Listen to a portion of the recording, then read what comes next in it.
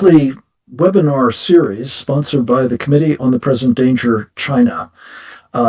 In point of fact, this is a little bit different than our normal fare, as we are going to combine forces with another team sponsored by our committee and its sponsor, that is to say, the Institute for the American Future.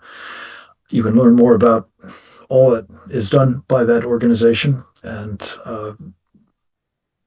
these particular parts of it as well at usfuture.org. We're going to combine forces between the committee and the Victory Coalition, an outfit that has been created for the purposes of urging that the United States accept no substitute for victory, in particular in conflicts with Sharia supremacists and regimes like that of Iran, that is imbued with its ambitions for world domination and the destruction of our country. An agenda that it happens to also share with the Chinese Communist Party, as do others in that Sharia supremacist bloc, notably the nations of Turkey and Pakistan and Saudi Arabia. Three nations that we are routinely told are allies of ours, but in point of fact are in most respects not only hostile and often uncooperative, but actually indeed committed to the replacement of the present world order, the replacement of the government of the United States in particular as a principal enabler of that world order, with Sharia, the agenda of Sharia supremacists, as I say, of both the Shia and the Sunni stripe. We're going to talk about what it means for all of that, specifically a world order that the dictator of communist China, Xi Jinping, has in mind, which is not the same arrangement as do these Sharia folks, but they do share an immediate common purpose, and that is getting rid of the obstacle to their respective ambitions, namely the United States of America. Our purpose today is to examine what impact an agreement that was struck just recently between the governments of Turkey and Pakistan and Saudi Arabia to have a mutual defense arrangement.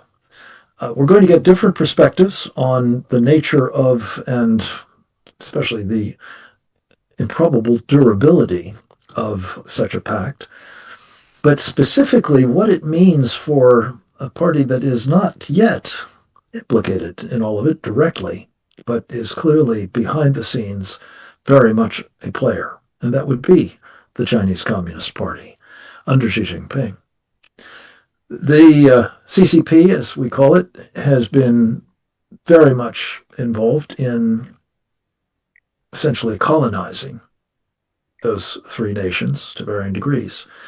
It has a very prominent stake, I think it is fair to say, in all three, and aspires to essentially govern their affairs, at least on the international scene, to the extent it can, in support of the ambitions of Xi. And as we will talk about with some of those who are among the foremost experts in this country about the Chinese communists, what is the larger likelihood that Xi's agenda of world domination and what we call World War Xi, to achieve it, will be furthered by this pact between three of its vassal states. So let's get to it. We're going to hear first from a man who often kicks off these conversations, a very good friend of the committee, of which he has been a founding member, as well as, I think, the Victory Coalition and its clarity about the need for decisive victory. Captain James Fennell is his name. He couldn't be more clear about both the threat of the Chinese Communist Party as well as the need to decisively defeat the Iranian regime. We're very proud to have him. Via a pre-recorded conversation I had with him on our television program Securing America on Real America's Voice. And we will go to the videotape with Captain James Fennell, United States Navy retired, former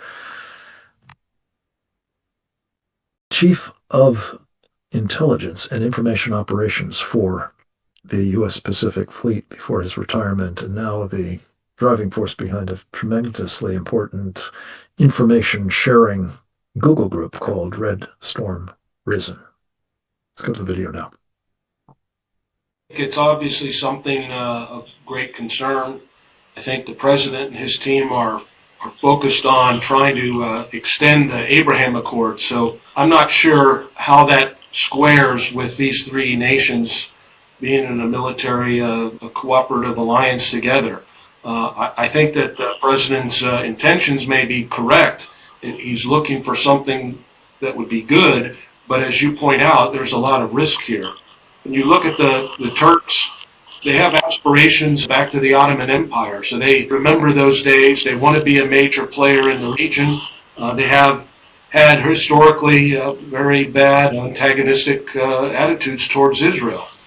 So obviously Pakistan does, and Saudi Arabia, you know, the Abraham Accords have softened that and our perception of that, but it's still a very dangerous region. I'm not sure where this is going to go. I'm not sure if it's going to be effective. We can look at the memorandum of understanding that we signed or had with Iran, and that lasted, you know, not very long. So a lot of these agreements are temporary in nature, so we need to be making sure that we're not putting ourselves at risk. And at a strategic perspective, you know, we count on this region for a lot of things, and one of them was transit. I was just reading some history that we just celebrated the 156th anniversary of the first U.S. Navy warship that transited through the Suez Canal in 1870, on August 11th and 12th of 1870. And we didn't use it. We weren't sending that ship there to go guard oil refineries in the Persian Gulf. There wasn't any. We sent that ship through because we wanted it to go to the Far East to be on station in China, in the Asiatic fleet. And that was a quicker way and a more secure and safe way to send our ships through. So there's a lot of reasons that for strategic purposes that we want these choke points and areas to stay open, and we would hope that an alliance like this would not put those at risk. And what is China's role and involvement in this is something that needs to be vetted out as well. They have close ties with all of these nations. You could say in many ways that Pakistan for sure is a proxy of the People's Republic of China. The relationship between China and Turkey is close, and also with Egypt. We saw PLA Air Force new tankers, the Y-20 tanker, and refueling Egyptian MiG-29s here in the last couple of years. So the Chinese tentacles are everywhere, and their main purpose is to cause us unnecessary harm and diversion away from what we said is the main thing. They don't want us to be able to start pivoting to the Pacific as a nation. I think that's also what's probably pushing some of this diplomatic initiative on the administration's part, is that they understand that we have to be able to shift our resources, not 100% of them, but we have to start making that shift to the Pacific in order to prepare for what appears to be the Chinese envelopment and taking of Taiwan and all that would entail for our national security. So we have great challenges. We have challenges with Ukraine and Russia. We have challenges clearly in this area of the Middle East. We have challenges with China. We have Putin is just now in Itarup Island, north of Hokkaido, pressing the Japanese, our ally in the Far East. And you got North Korea launching 2 short-range ballistic missiles here in the last week. They're piping off as another proxy of China. So we're facing real existential threats, real military threats around the globe, and it should be informing and affecting our budgeting process and what we're doing as a nation to defend ourselves. And we can't just keep ignoring these threats and wishing them away. That is for sure.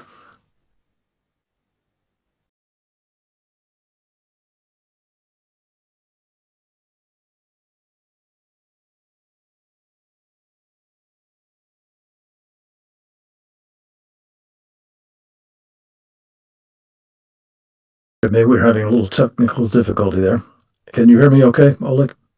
Can you see me? Yes, I can see you. I can hear you. That is for sure, Captain Fennell. We may not indulge in the delusion that we can wish these things away. We're going to examine, in fact, precisely why that is so in a bit more detail with one of our country's foremost experts on the Middle East. He is a grand strategist, more broadly, to be sure, but his specialty over decades of public service, both as a naval intelligence officer and as a senior official in the Departments of State and the National Security Council and the Office of the Vice President of the United States, has put him at the very pinnacle of policymaking in this arena, as well as understanding the complex and often very volatile dynamics of it. His name is Dr. David Wormser. In addition to all of that background, he is very much in the fight today at the Center for Security Policy, where he runs its Mideast program. He's been very active with us on both the Victory Coalition as well as, from time to time, the Committee on the Present Danger China, and we are very grateful for his participation live, which makes this all the more important. Dr. Wormser, thank you for your joining us once again. The floor is yours, sir. Thank you, and it's an honor. When you look at Middle Eastern alliances and so forth, there's sort of two levels. One is the physical level of what this brings to bear, what force multiplication is involved for each of the countries that joins this alliance, and who are they focused on. And then there's a second level, which is the political and geopolitical statement that it represents. It's aspirational, but it shows you the strategic direction that everything's headed. So let me start with the first level. The first level is straightforward. You have three countries, Saudi Arabia, Turkey, and Pakistan. They form an alliance. There are certain elements they bring to bear to each other. For example, obviously now in that alliance, which contains Article 5 clauses, namely if an attack on one is an attack on all the rest, include Pakistan, and Pakistan has nuclear weapons. So all of a sudden, kind of there's a nuclear umbrella that is now extended over Saudi Arabia and Turkey. We know that that is most likely a certain unreal thing. I mean, I would not dismiss it, but we see, for example, Turkey is itself beginning to show signs of moving toward some sort of a nuclear aspiration. We saw one of the reasons in the last few days the United States has conducted this negotiation and extraction of the nuclear material from Syria, the Deir ez-Zohar, the nuclear structure that Israel bombed back in 2007. That was really a joint Syrian, North Korean, Iranian effort. There was some dangerous nuclear material there, and we negotiated its extraction.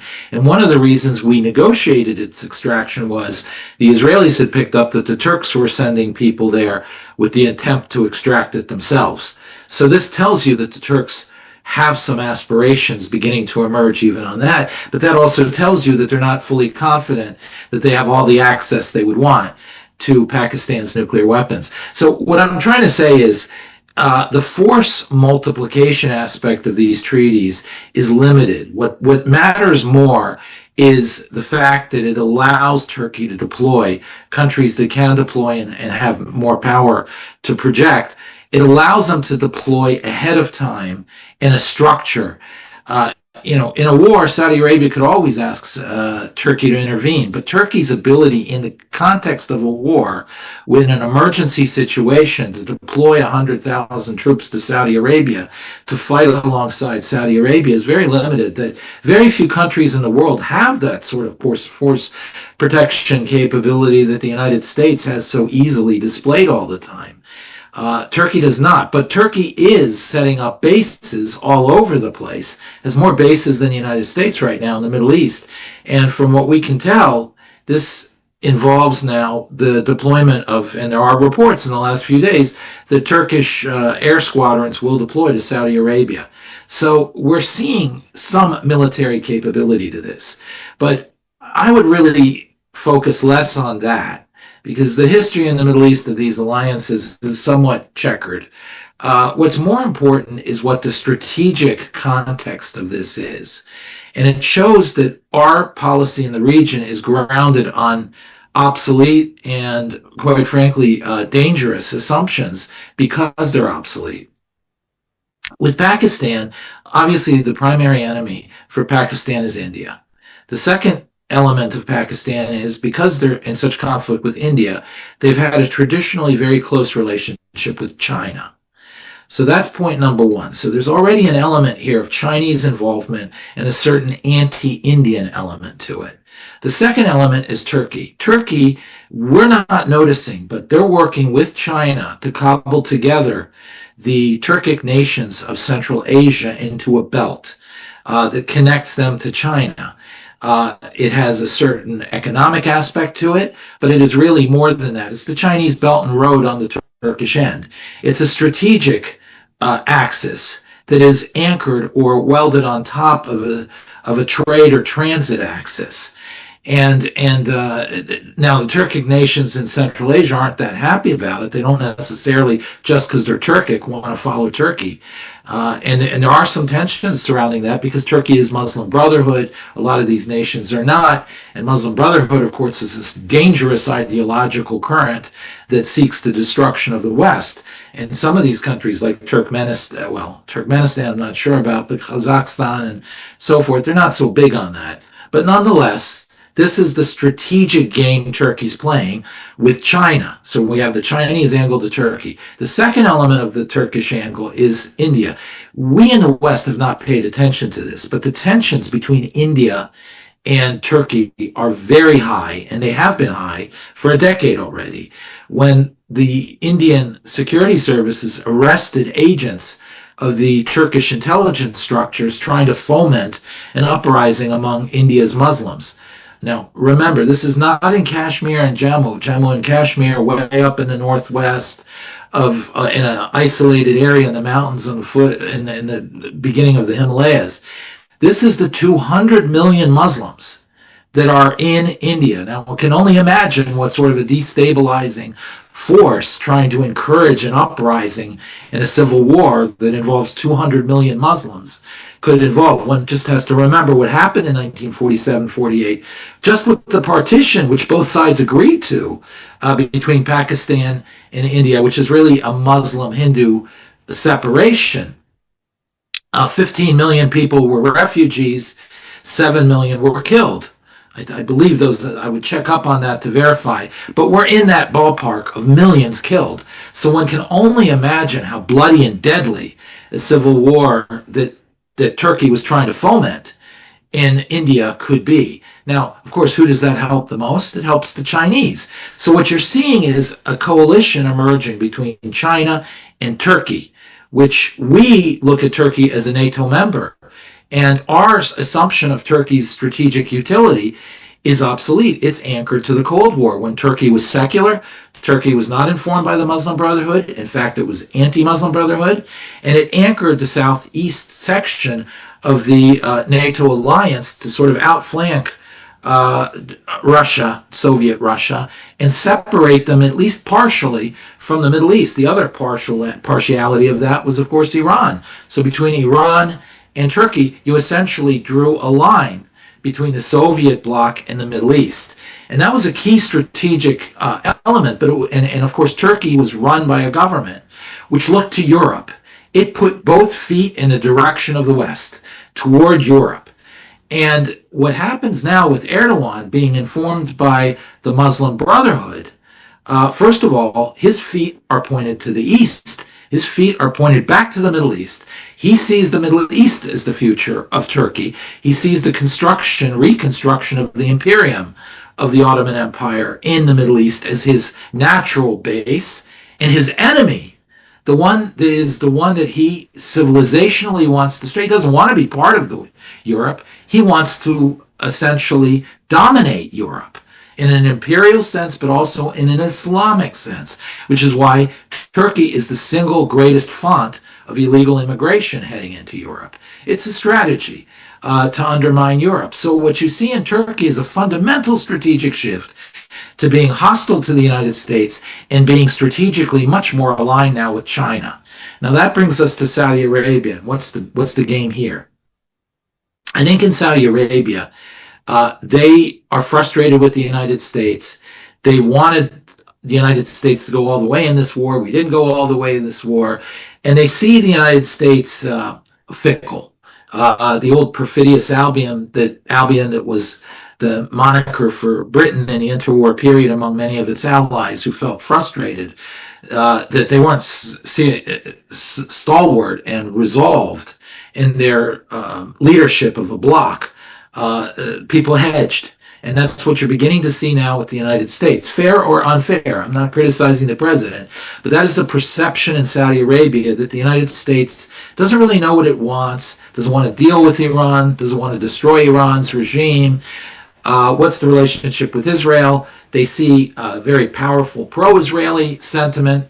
They like that, actually, because it shows America stands by its allies. But now they see the United States getting back into Obama-era arguments with Israel over Gaza, over restraining themselves in Lebanon, over don't get involved with Iran because you're just going to burden us and it's going to cause us to be more, we're going to have to engage more seriously because the Israelis will break the dishes and go after the regime, and we'd prefer not to do that. It'll cause problems with our Arab allies. The language of the Obama era is re-entering the American political lexicon strategically right now. And the Saudis see that, and their reaction is, well, we know where that leads. So they're trying to figure out a way to survive. So the first thing they do is they reach out to their enemy. Now, we know Iran's their enemy, but Turkey was also their enemy. There was a Cold War in the Middle East between Turkey and Egypt on one side and Saudi Arabia on the other. So Turkey versus Egypt and Saudi Arabia. And it was deadly. Turkey took the side of Qatar against Saudi Arabia. Everywhere you went, there were signs of this Cold War, and the UAE was helping the Saudis. You saw it in Libya, you saw it everywhere across the Middle East and Egypt. What the Saudis are doing right now is they're surrendering. They're surrendering to their enemy, Turkey.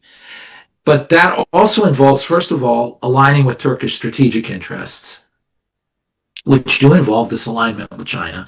And the second thing is their other enemy, which is Iran. They don't count on the United States to deliver victory over Iran.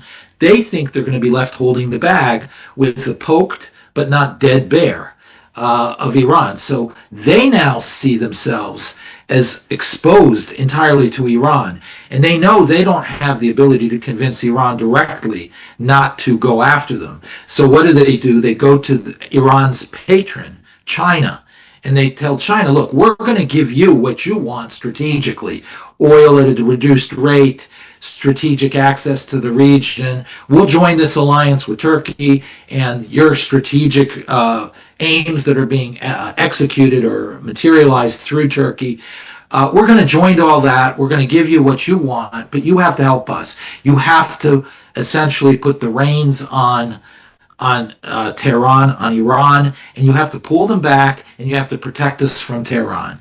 So they're looking to patronage from China now to protect them from Tehran. So what you see is a complete surrender of Saudi Arabia right now to its strategic enemies because it no longer feels it has the confidence of a backstop from the United States. That also now goes to North Africa, the final piece of this, and then I'll leave it at that, which is Egypt is in the same place, really.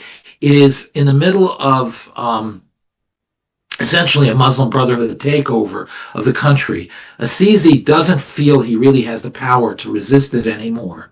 It would lead to civil war, and he doesn't believe he has the rank and file, even of his military or security services behind him.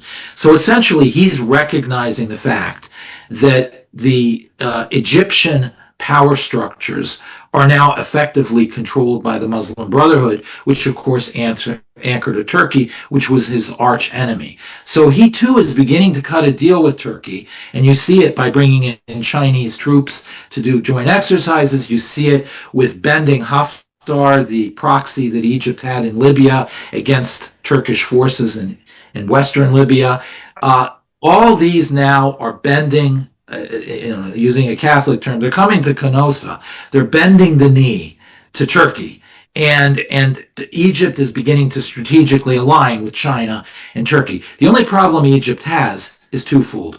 One is that he needs to survive, and there's a lot of corruption, and the Muslim Brotherhood is not 100% on that. So he's still trying to cut the arrangement with the Muslim Brotherhood that allows him to survive, but Muslim Brotherhood runs the country on behalf of Turkey.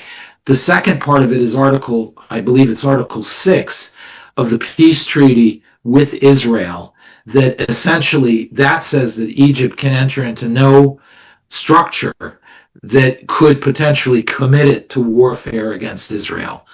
And given that this alliance with Turkey and the rhetoric from Turkey is quite clear about Israel, Hakan Fidan just today threatened Israel directly by saying if they don't give in to Turkey's vision of Gaza, then there will be an escalation against the tripartite alliance. So this is emerging as not only an anti-Indian, but as an anti-Israeli alliance and an anti-UAE alliance, because the UAE is aligned with Israel, etc. And when Saudi Arabia surrendered, it threw basically UAE overboard. This is an anti-UAE, Indian, and Israeli alliance, and Article 6 of the peace treaty essentially prevents Egypt from joining without it becoming a major diplomatic crisis that could lead to an Egyptian-Israeli war. I think that's still in the future. But I at the moment, Egypt, at least is hopefully, Egypt still remains out of that arrangement and seems to not yet want to join it. However, strategically, Egypt's already moving into that camp. We see, we discussed the Middle East, we discussed Central Asia, but North Africa and Africa overall is a major Chinese play. And this is where the Turks play such a huge role for China, is by taking over North Africa. And you're seeing Turkish bases in Libya, Turkish bases in the Sahel region of North Africa, just under the littoral, where the Wagner forces of the Soviets or the Russians are leaving, and a vacuum's creating. Turkey is filling that vacuum. Turkey is dominating via its position in Somalia, the Horn of Africa, and this is creating a strategic anchor, not only for Turkey all over North Africa, but China, which is now accessing the Great Lakes region to the south for all the raw materials.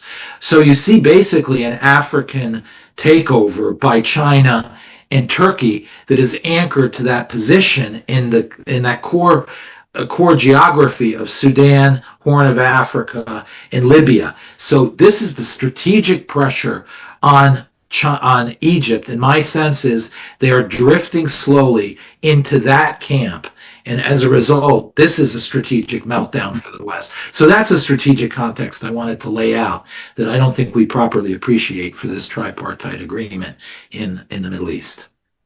David, what a comprehensive and I think formidable analysis. We're going to complement it next with another individual who has been a featured, pillar really of our Victory Coalition programming. His name is Rabbi Pesach Walicki.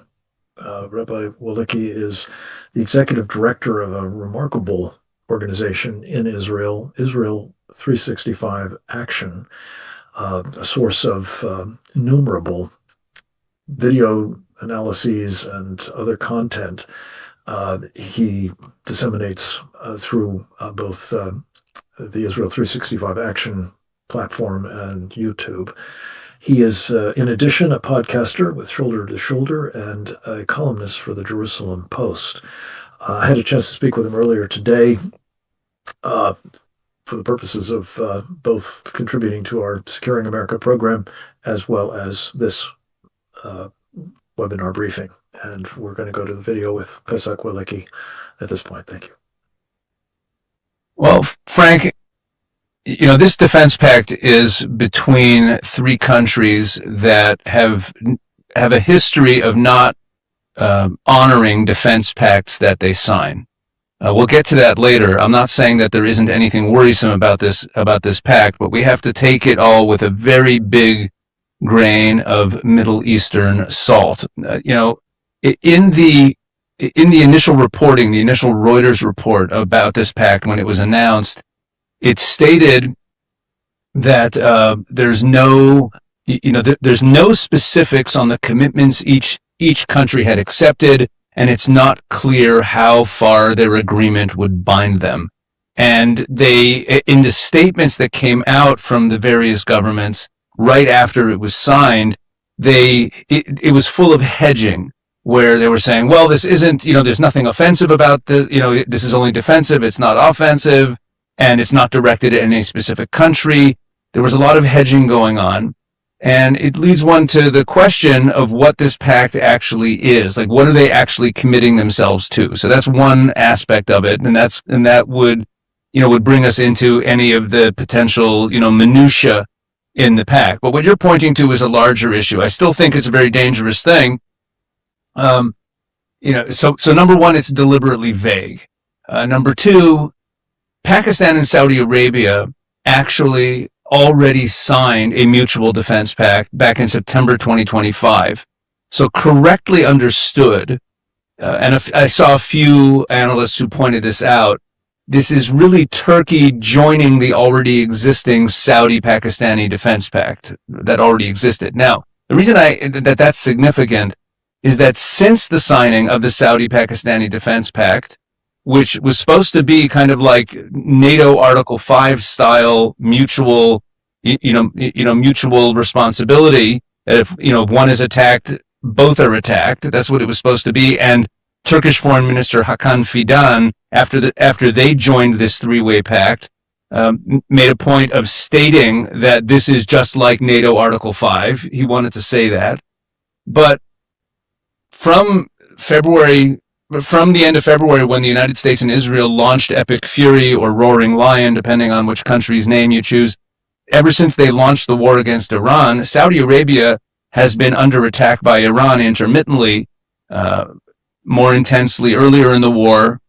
Pakistan never lifted a finger on their behalf. On the contrary, Pakistan was aiding and abetting the Iranians. We know that they sheltered Iranian aircraft during the war from American attacks. They aided and abetted the Iranians and still do in breaking the blockade by opening up more and more overland trade routes, and they're continuing to help Iran. So the fact that they have a mutual defense pact with Saudi Arabia meant absolutely zero during the course of this war, and yet they're now signing this other pact. So this is what I meant when I said that it's not clear what it actually will mean in practice. We should also take a look at what just happened in Turkey the other day. A couple days ago, I think it was 2 days ago, Mahmoud Abbas, the president of the Palestinian Authority, was in Turkey for a state visit. And Erdogan and Abbas, it didn't get a whole lot of coverage. You might have seen some coverage of it where people were just quoting this one line that Erdogan reaffirmed his support for Palestinian statehood. But if I took the speeches. Erdogan's speech was in Turkish, Abbas's speech was in Arabic, and I got them translated. I read through everything they said. And Mahmoud Abbas, president of the Palestinian Authority, he pointed to this agreement between Turkey, Saudi Arabia, and Pakistan, and said that this signals, the dawning of a new alliance of the Sunni world, of the Muslim world, and he was hailing it in the sense of it being part of Erdogan's neo-Ottoman ambitions. He didn't use those words, but both of their speeches were very much about how Turkey is now the patron of the Sunni world. So Turkey certainly wants to use this pact as a way of strengthening their positioning and being able to flex their muscles. But again, the history of defense pacts in the Middle East, and this goes back a long, long time, people just don't keep them. The Arab League had a joint defense pact starting back in 1950 that never actually functioned. In 2015, there was an Islamic military counterterrorism coalition with like 40 countries. It never did anything. There was then another, there's been over and over again, there have been these defense pacts that have never amounted to anything. Let me ask you about this, though. Sure. I take that point that, these are scoundrels. There's no honor among thieves. But the point is, one of the things that I think is potentially operating here and is worrying is the extent to which the Saudis have historically, at least, for the past decade or so, viewed the Muslim Brotherhood as a threat to their, kingdom, to the ruling of the royal family specifically. The Turks are the Muslim Brotherhood at this point, and vice versa. Of course, joined by the Qataris in financing it all. If the Saudis are now saying they would like to be aligned with the Turks, however, ephemeral this might be, does that bespeak a shift in terms of an accommodation to the Brotherhood by the Saudis that is potentially of a more enduring problem, for one, and also possibly not just for the royal family, but others as well. Who knows?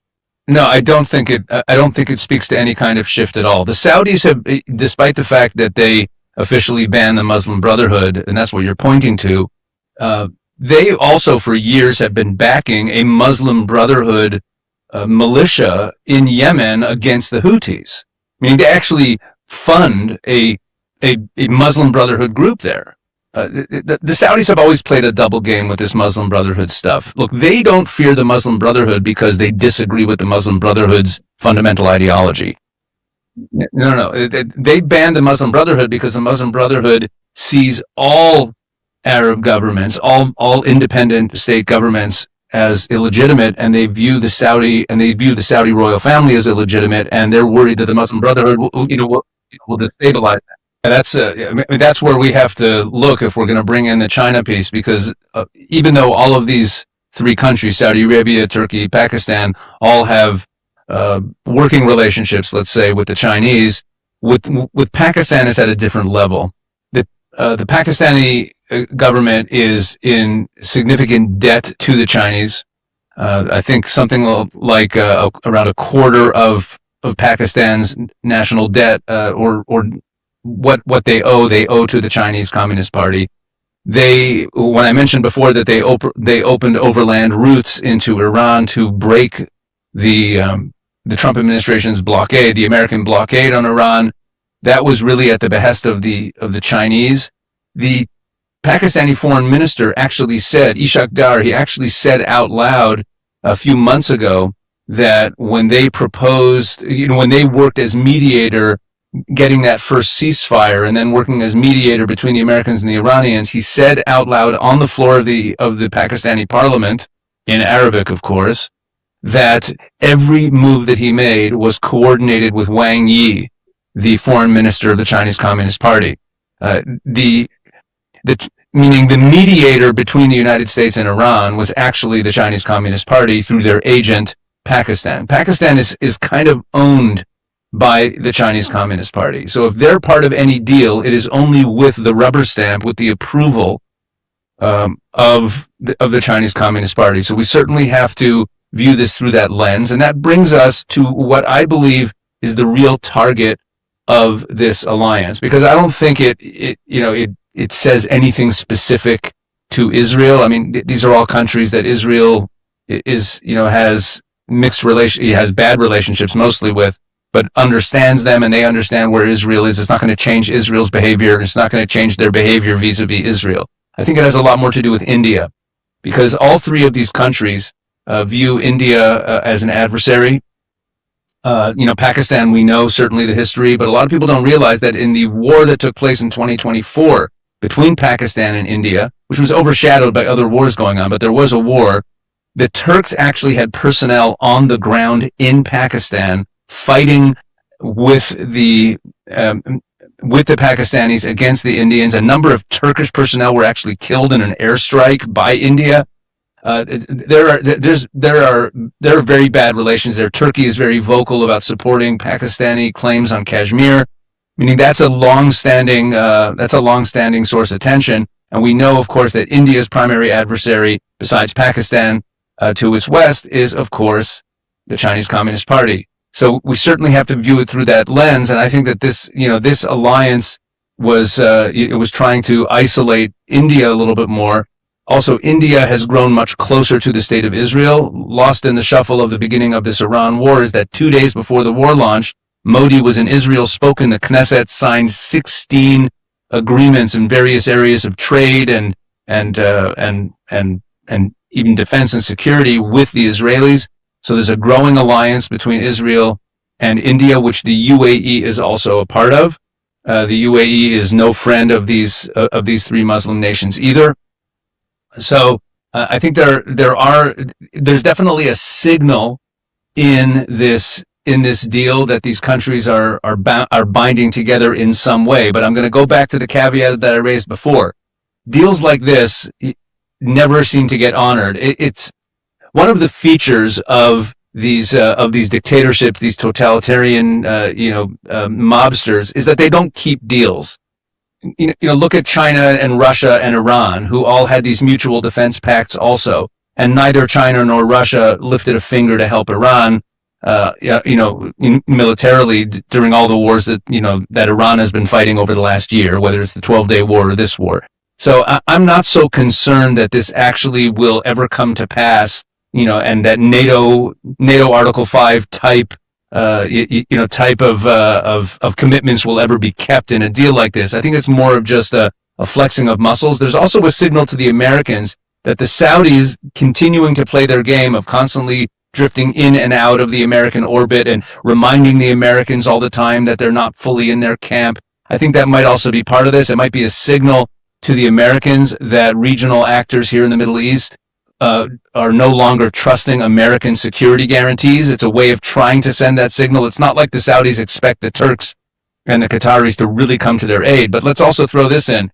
Erdogan actually already has troops on the ground in Saudi Arabia. There are large numbers of Turkish troops that are in Saudi Arabia. The Saudi royal family loves to have foreigners fight their battles for them. One of the features of these kingdoms in the Muslim world is that they're always afraid of coups. So they don't want their armies to be too big. So they prefer to have mercenaries or foreign forces come in and be the army for them because there's less chance of rebellion. So the Saudis actually have invited Turkish troops into Saudi Arabia already. So yeah, there's a lot of different ways to look at this, Frank. Well, that's for sure. And we're going to be looking at them from one more perspective. That of Josh Hammer, a man of prodigious capability who has been active with us on the Victory Coalition front particularly, I'm very pleased to say, and a frequent guest of our the Securing America, I should say, program. In fact, we've got a clip from his most recent interview with us that we wanted to play for this purpose. But before we do, let me just say he's a columnist, I believe, for Newsweek. He is an attorney by training and counsel to the Article 3 project with Mike Davis. He is a podcaster, a television host of his own program, the very, I think, important Josh Hammer program. And one of the people who has most astutely understood the connection between the fate of Israel and that of civilization more generally. It turns out that Israel's enemies are seeking the destruction not only of the Jewish state, but of course of ours, I think without exception, and that of Western civilization more generally. So a man of many parts. We had him on the show recently, and we're with his permission, going to use a snippet from his conversation with me for today's program as well. Let's go to that now. No, it's definitely concerning. I have seen some folks who are trying to spin this as a major achievement. Some folks are trying to say of Trump's foreign policy. That's not how I see it. I've seen some folks, Frank, who are generally pretty solid, actually. So I actually saw Congressman Joe Wilson, I believe, of South Carolina, who's typically on the right side of Middle East issues. He was saying this was a formidable accomplishment of Trump's statesmanship and foreign policy. That's not really quite how I see it, to be candid. Turkey under Recep Tayyip Erdogan is emerging as perhaps the single most problematic actor in the entire Muslim world, which is a really strong statement given the fact that that title's been held by Iran for the past 47 years, more or less. But in some ways, it seems to me that Iran is actually on the decline. Regardless of how this current operation ends, they have taken one on the chin.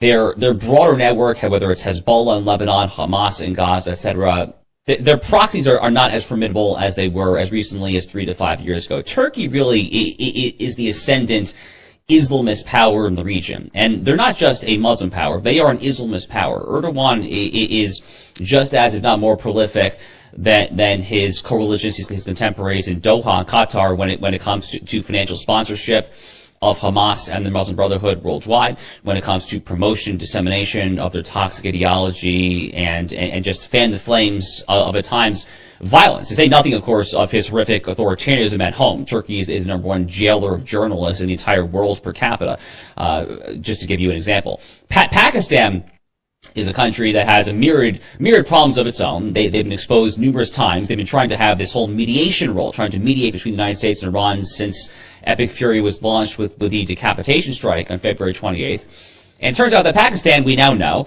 has really been talking out of both sides of the mouth. They actually were hosting some Iranian military aircrafts. Pakistan is very, very close to Iran. Pakistan, going further back, I think Americans will not forget, was actually where Osama bin Laden was hiding. And the Pakistanis, who were ostensibly America's ally at the time, were more than aware of that. So I think it's very problematic. And Saudi Arabia is the big kahuna in the entire Muslim world, because they're the custodians of Islam's holy sites. The Saudi Arabia piece, Frank, I'm not entirely sure what to make of it, to be candid. Trump seems to get along very well with Mohammed bin Salman, and I was optimistic after. So let's go back to the Biden administration. During the Biden administration, the Saudis actually welcomed in China to expand their Belt and Road Initiative there in the Arabian Peninsula. But when Trump came back, I was optimistic that the Saudis would stay within the American sphere of influence in this U.S. versus China great power competition. That's really the name of the geopolitical game this century. And for a time, it looked like that was going to happen. So when Trump went to the Gulf in May of 2025, he got these massive investment pledges from Riyadh, Abu Dhabi, Doha, etc. But I think that a lot of these countries are quite skittish now, because they have seen America's, shall we say, at times schizophrenic approach to the current conflict with Iran. So they're hedging their bets. They're hedging their bets on America's staying power in the region. And unfortunately, given China's immense ties to Pakistan is in some ways basically a satrapy at this point of Beijing. So given China's immense ties to Pakistan, and their slightly less intense but nonetheless existent ties to Saudi and Turkey, yeah, I think there's potential to be real concerns here.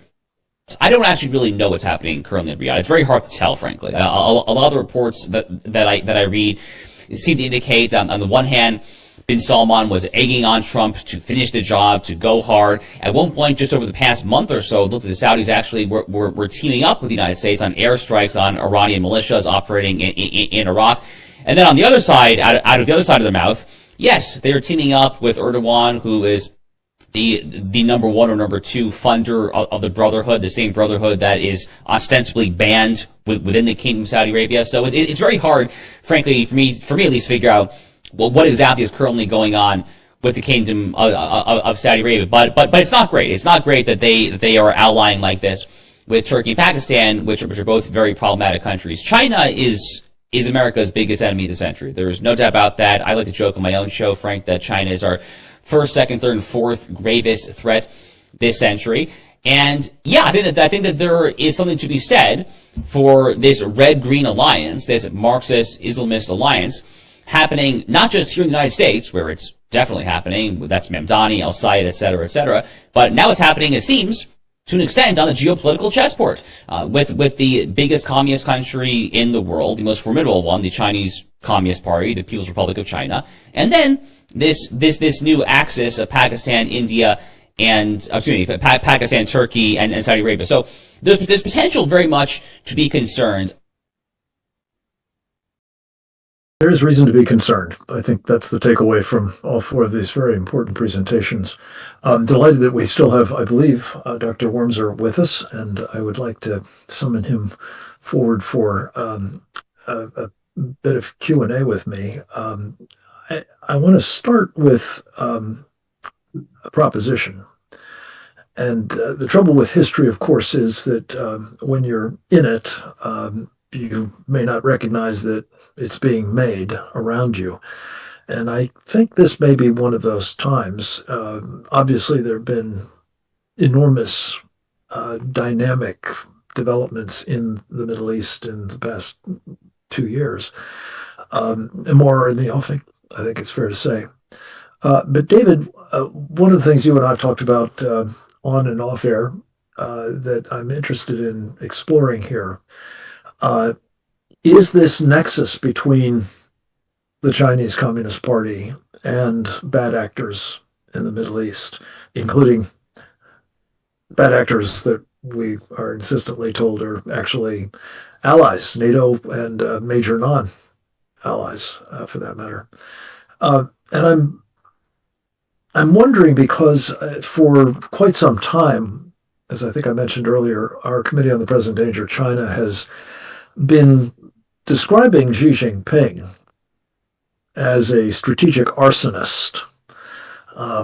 This is just a manifestation of perhaps the game of Go that he's playing, or chess, or what have you, but that part of the game is to use the opportunity to ignite sparks and fan them into conflagrations that have two basic purposes. One is to perhaps advantage their allies in interesting regions, but also perhaps to simply create conditions under which their enemy, which is us, according to them, is subjected to, the diminishing resources, both financial and military and otherwise economic and geostrategic, to engage in the conflict or deterrence of it that Xi ultimately has in mind in the Pacific theater and perhaps elsewhere. My point is this, David: could what we've just been discussing, in terms of maybe, yes, a marriage of convenience, maybe just another temporary,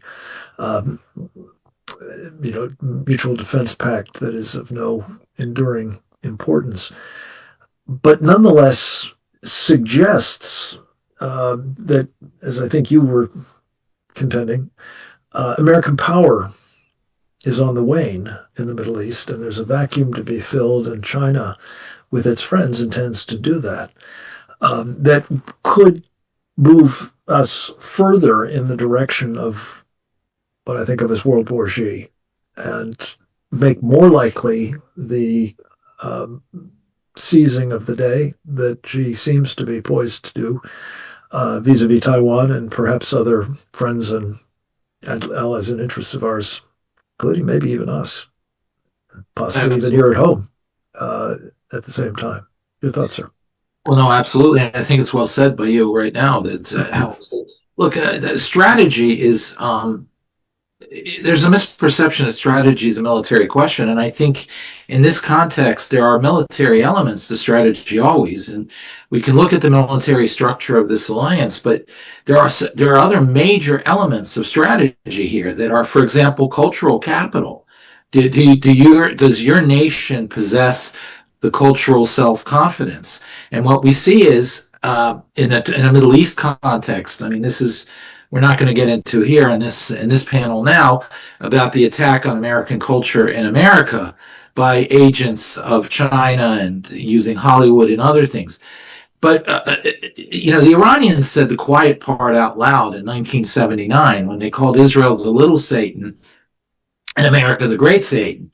There was an understanding already the Soviet Union had in the Cold War that the war between Israel and its neighbors was a proxy war representing and symbolizing and embodying the larger world war that was raging at the time in the framework of the Cold War, which is why for the Soviets, it was critically important to move in to take over Arab nationalism in 56 after the 56 war. It was critically important for the Soviet Union to leverage the Palestinian issue and create the PLO and Palestinian nationalism in 64 as the anchor for its more global focused non-aligned movement, decolonization, not decolonization strategy, but exploitation of decolonization, to link up with what happened in Vietnam and Algeria and so forth. It was also important in 67, did not end very well for the Soviets, so they re-engaged and started pouring weapons in 1970 in the war of attrition, 67 to 70,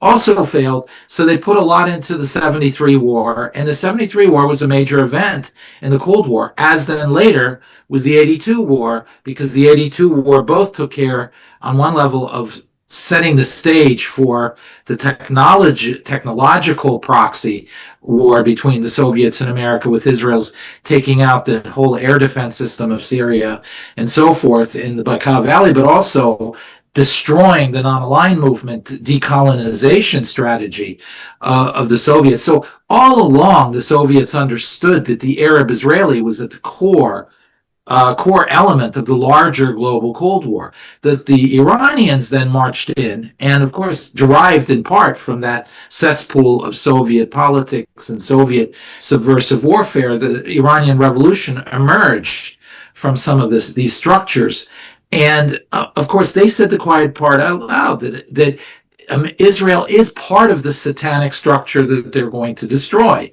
And the Chinese are being very careful not to say that, but in point of fact, that is what we're seeing. A world war waged in the region against America's key allies, of which Israel ranks very high. But India is emerging as a major strategic asset of the West. We're not really an ally with them, but we should be.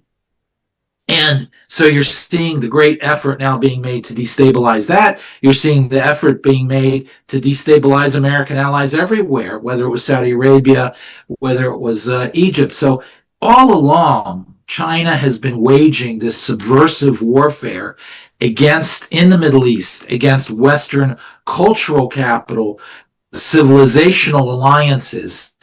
And at the core of it, the most dangerous one is Israel, because there is no extraction of the resurrection of Israel from the foundations of Western civilization. It is who we are. We are a Christian nation. Our Christianity has its anchor and roots in the ancient history of the Jewish people. We were conceived in 1776, really before, in the entire colonial enterprise as the New Jerusalem. So, of course, if they can destroy the old Jerusalem, they destroy a core element of Western civilization. And that's why China's aligned, being a secular, anti-religious, communist structure with the Muslim Brotherhood, a religious structure, because at the core of both, first and foremost, is the imperative of destruction of the West. And the imperative of the destruction of Western assets in the region, first and foremost, are the cultural aspects, the image of America, the credibility of America, the stature of America, but then most importantly, the civilizational roots of America that lie in Christianity, whose cradle is the Middle East, and is deeply intertwined with the resurrection of Israel, even on a strategic level, with the minorities that are struggling to survive now and increasingly seeing Israel as their only ally to help them survive in Lebanon and other areas. So the military aspect of this alliance is very concerning on many ways, but to me, much more concerning is that the Chinese, through this alliance, are really taking the ball, and now we're fighting a defensive war in our court, rather than on our side of the court, rather than taking it to them. And that is what this alliance embodies, in my view. David, I think that's a most important insight. And again, I'm thinking a little bit more about the calculations in the mind of a guy like Xi as to whether he's sufficiently changed the correlation of forces, as you know the Soviets used to call it, to essentially give him the latitude that he seeks to take Taiwan one way or the other. And it may not be confined to Taiwan. It may be the Philippines. It may be, even Japan. Who knows? But this is the kind of thing we're very anxious to deter. And a concern, of course, has been that being embroiled in the Iranian war and having lots of assets, including the poor Abraham Lincoln, dedicated on an extended basis to that region is perhaps further creating this appetite by Xi. And this deal might, I know it's not a perfect analogy, and I don't want to overstate the similarities, but I do think at some level, what is operating here is no more permanent, as it happened, than was the Nazi-Soviet non-aggression pact. But what, during its short life, it produced was the worst international conflagration of all time, World War II. Could a marriage between these seemingly totally opposite ideologies, for want of a better term, the Sharia supremacists and their agenda driven substantially by the Muslim Brotherhood on the one hand, and the Chinese communists and their agenda on the other. And I just have to tell you, David, for the reasons that you've laid out, I think so well, and have others to varying degrees, this could just be a historical moment in which we see something that is wildly more devastating than was even World War II. God forbid. Absolutely. I think you're framing this perfectly. Look, the Ribbentrop-Molotov agreement, I think really, which followed, by the way, the Munich Pact, there were a number of elements that were raised in that. One is it essentially allowed the Nazis to focus on destroying the West and invading not only half of Poland, but invading France eventually, which the West was seen to be unwilling to defend because of their pact in Munich with Prague, against Prague, against Czech territorial integrity, and then the not Anschluss, but the eventual conquest of all of Prague. I think if you're drawing the analogy, and analogies are always a little dangerous, but I think this is actually a very apt analogy here. What we're really seeing is that this was a war, like really the 30s, had the not United States, but had the United Kingdom and France reacted resolutely in 36 to Hitler, World War II would have been very different. Had they reacted very resolutely to the threat to Czechoslovakia, it would have been very different. But they didn't. And that essentially teed up a world war. In this specific case, we are facing a situation where Israel acted last summer, and it was a devastating blow to China, not just to Iran, to China. And then Israel and America acted again last February, and it was a devastating blow for China. Why do I say that? The Chinese strategy is based on the correlation of forces, that simply they understand that their equipment may be a half generation slightly behind our equipment, but they are banking on the fact that a certain amount of quantity translates into quality, and their quality was nothing to sneeze at. And along come the Israelis, which attack Iran, which is a fairly sophisticated military. They look ridiculous, but they are a fairly sophisticated military in a country that is, 37 times the size of Israel, that is 12 times the size of its population, etc. And Israel, without losing an aircraft, devastates twice the entire reigning structure of the Iranian system, and the entire command and control structure of the Iranian system, and the entire air defense structure of the Iranian system. The Chinese looked at that and they were terrified, because if Israel can do it, America can do it. And if America can do it, then their whole calculation of victory, their whole concept of correlation of forces is thrown out the window.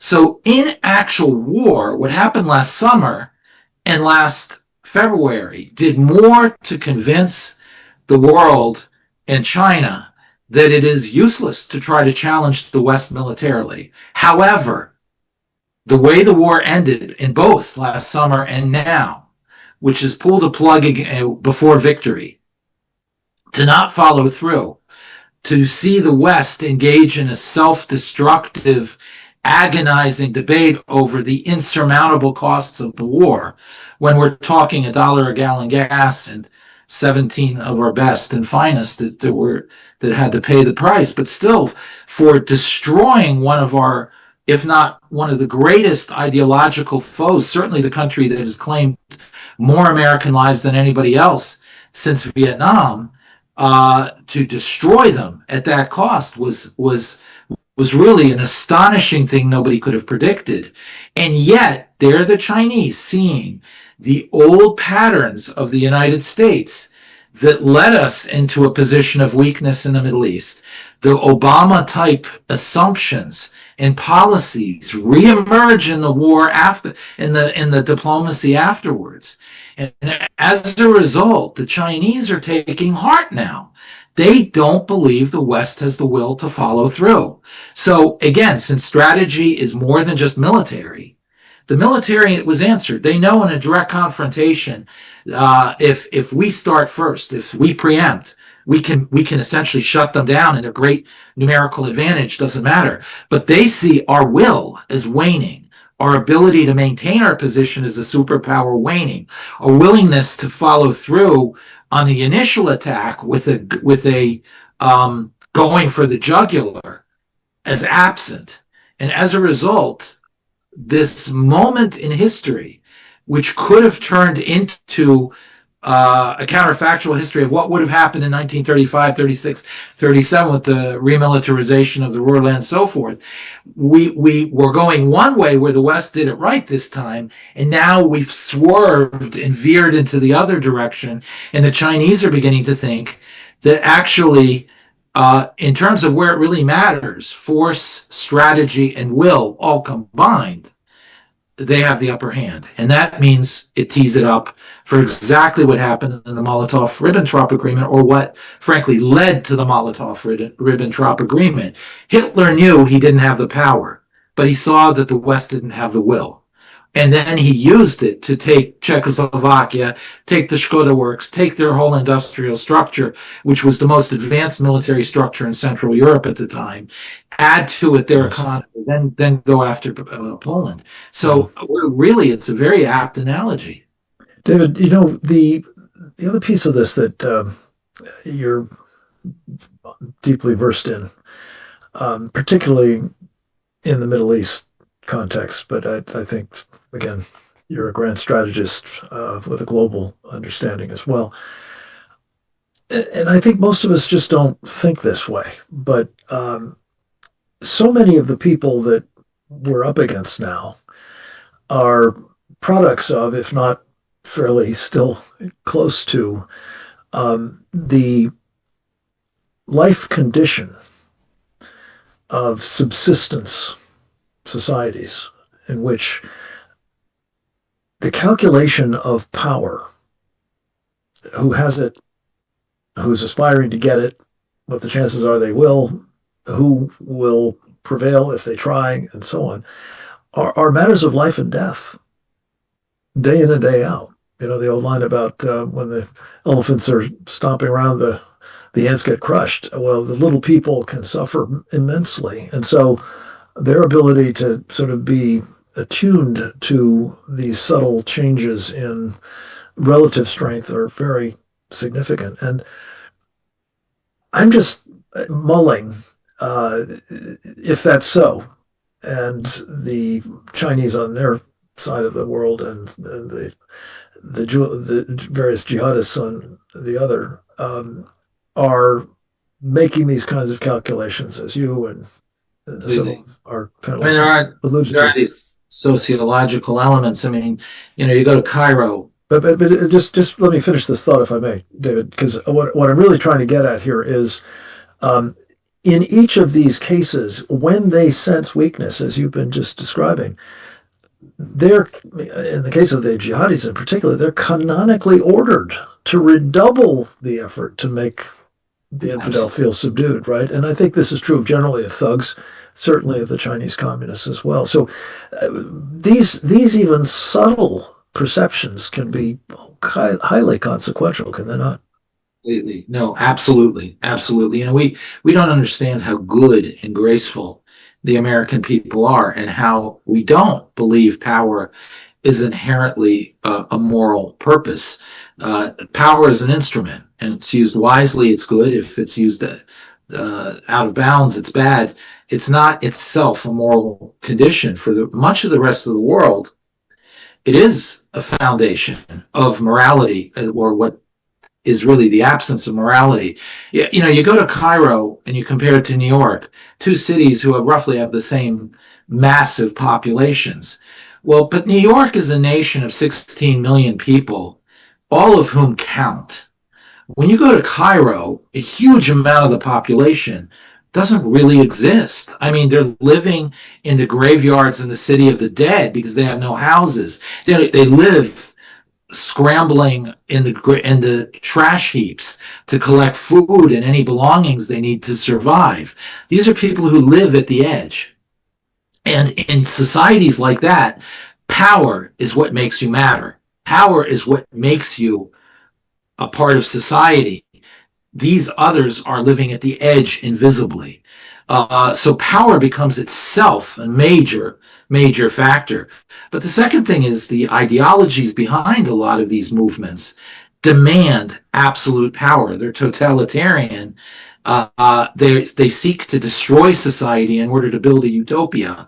And that involves a complete erasure of all individual power of any sort. And that attracts, I mean, I hate to say it, it attracts psychotic people. And then you look at Mao Zedong, and you look at Stalin, and you look at Nasser, and you look at Saddam Hussein, and you look at Khomeini, and you look at Hitler. You see psychotic people, because for them, the ideology is a validating structure to exercise their destructive, controlling, manipulative essence. It's really, it is their essence, and the ideology is the dress they wear to do it. And so you really, in much of the world, this is what we face. And we Americans who live in a very different world, which is, we're fundamentally good people. Again, I said graceful people, tolerant, charitable. We project onto the rest of the world that most people are like us. And in many cases, they are not. That's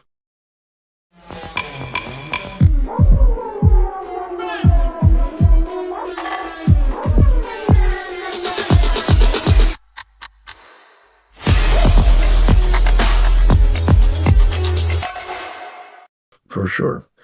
History is replete with the former being victims of the latter, and we risk it at our time as well. This historical moment. Yeah. I want to just say how much I appreciate the contributions everyone has made to this particular sort of hybrid program, part webinar of the Committee on the Present Danger of China, part briefing by the Victory Coalition, throughout highly informative and insightful about a, yes, dynamic situation, but one that is potentially quite fraught. I want to thank Captain James Fennell, United States Navy retired, Dr. David Wormser, Rabbi Pesach Walicki, and Josh Hammer, barrister, for your respective contributions. They've been extraordinarily important and timely, and we look forward to regrouping with the rest of you a week or so from now.